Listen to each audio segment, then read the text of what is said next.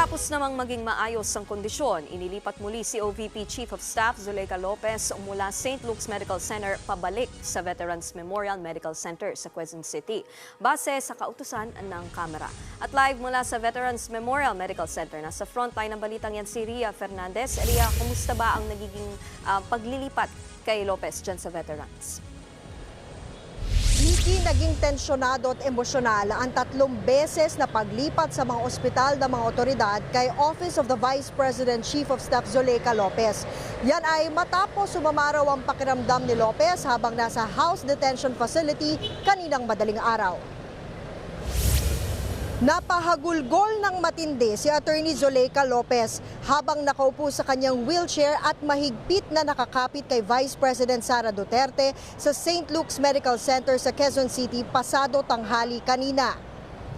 Maya-maya, lumapit na si CIDG Director Police Brigadier General Nicolas Torre III para basahin ang utos ng Kamara na ibalik na siya sa Veterans Memorial Medical Center.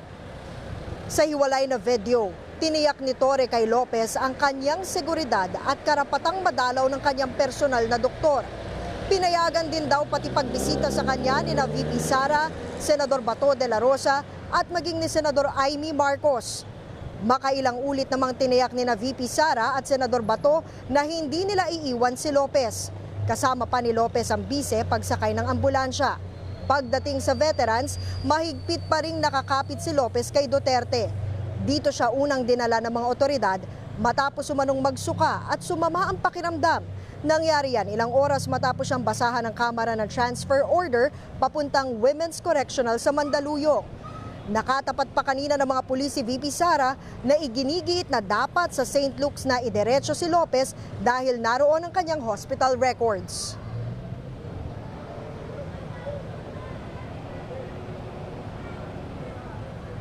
Walang pulis naman, sumusunod lang yan sa order.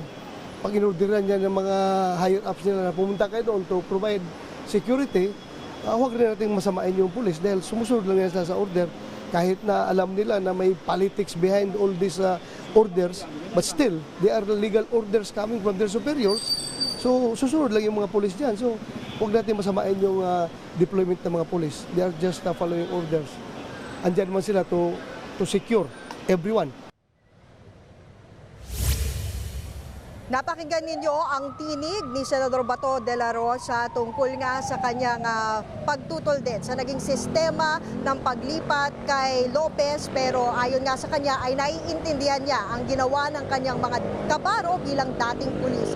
Nikki, sa mga sandaling ito ay nandito pa si VP Sara kasama si Lopez habang hinihintay o habang inoobserbahan ang kanyang Chief of Staff dahil sa umano'y anxiety attack. Kanina mismong si VP Sara pa ang sumilip sa kwarto ni Lopez dito sa Veterans. Bantay sarado naman ng mga pulis ang ospital. Nikki? Maraming salamat, Ria Fernandez. Mga kapatid, Nikki de Guzman po, iba na ang may alam at may pakialam sa panahon ngayon.